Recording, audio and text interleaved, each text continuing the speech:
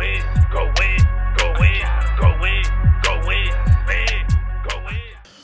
Let's transition to an NFC battle in Dallas.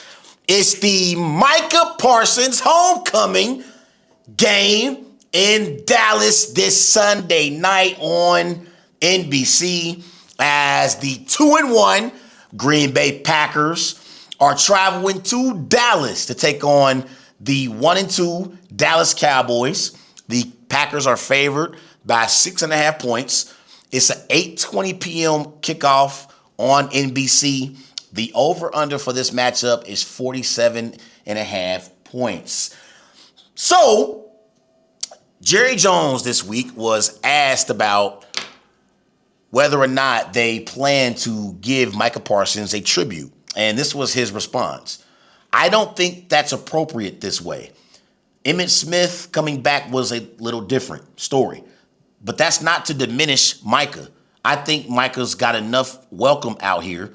We just need to show we've got antidotes for that. That was Jerry Jones on the no plans for a tribute for Micah Parsons. And so, when I think about this matchup between the Packers and the Cowboys, I feel like because the Cowboys traded Parsons to the Packers, and has not even been a month yet. Hasn't even been a month since Micah got traded to the Packers, and because it's so fresh, I believe that that's actually the story of this football game.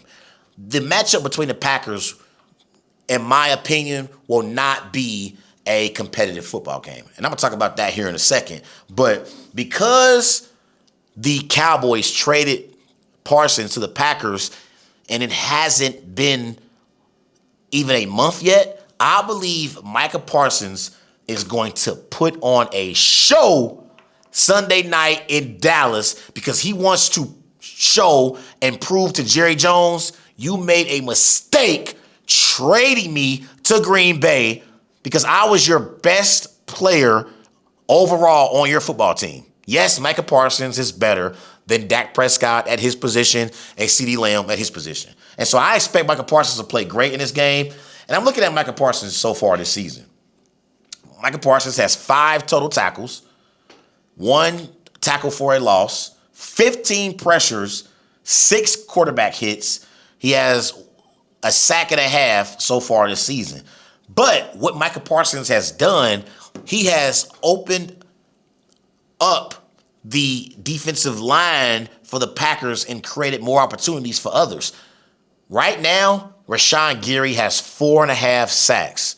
And that's because these teams, they are doubling Micah Parsons. So Rashawn Gary gets single coverage and he's winning his matchup. And that's why he has 4.5 sacks right now. So Micah Parsons' presence alone has created opportunities for the others on that Packers defensive line and their other pass rushers to make big plays. And that's why we saw Rashawn Gary.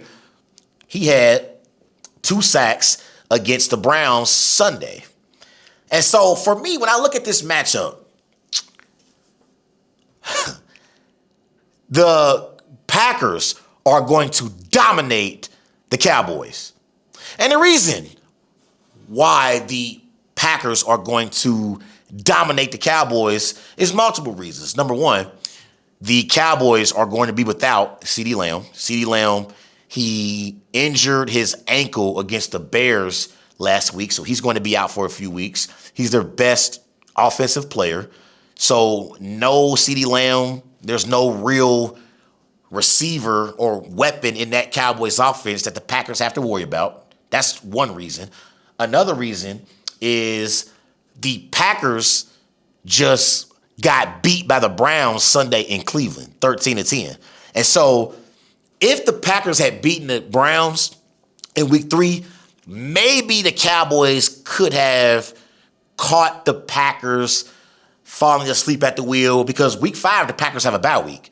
And so if the Packers were 3-0 coming into this game, maybe the Cowboys could catch the Packers off guard and maybe the Packers would have overlooked the Cowboys and been thinking about the upcoming bye week.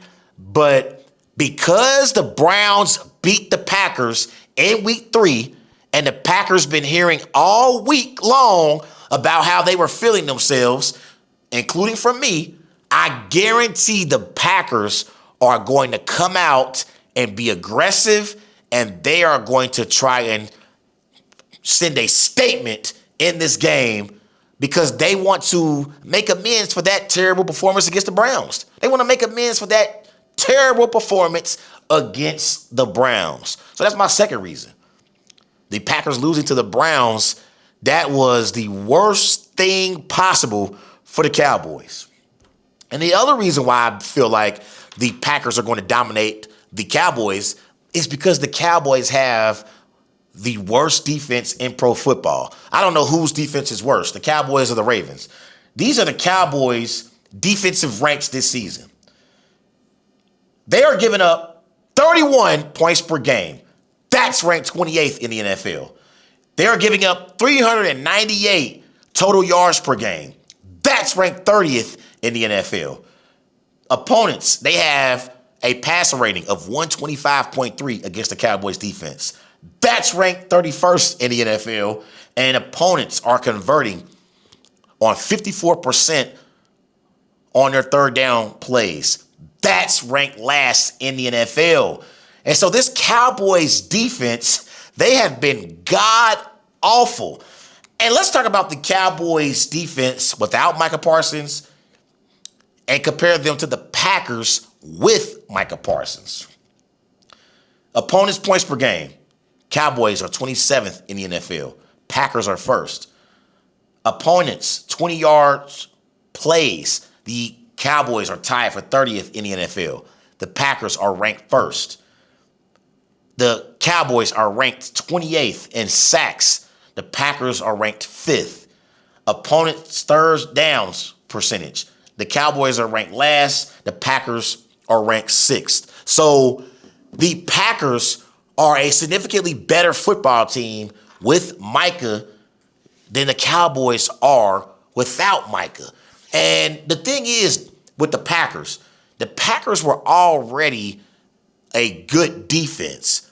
Micah Parsons has elevated the Packers to now being considered an elite defense. And I think Micah Parsons turned the Packers up. He turned the Packers up. And so I'm looking at this matchup. Micah Parsons said earlier in the week about how it's going to be painful for him to sack Dak Prescott. Well, Dak may want to get ready because I expect Micah Parsons to have a big game against his former team.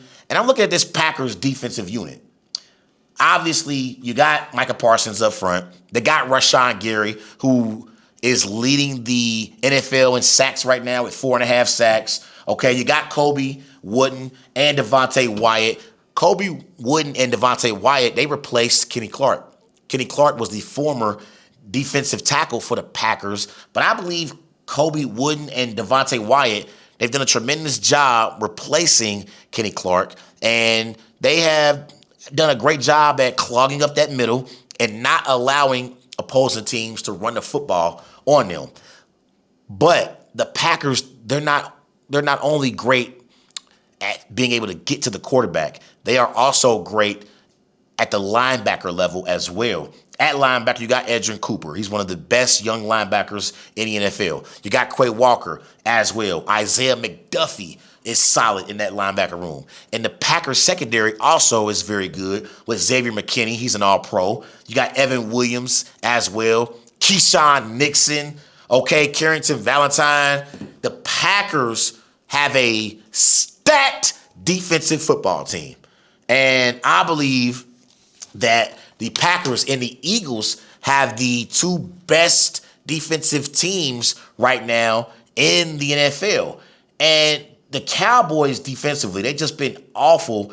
And it's amazing because they were already bad with Micah. But now that they no longer have Micah Parsons, they have went from being a bad defensive team to a horrible defensive team.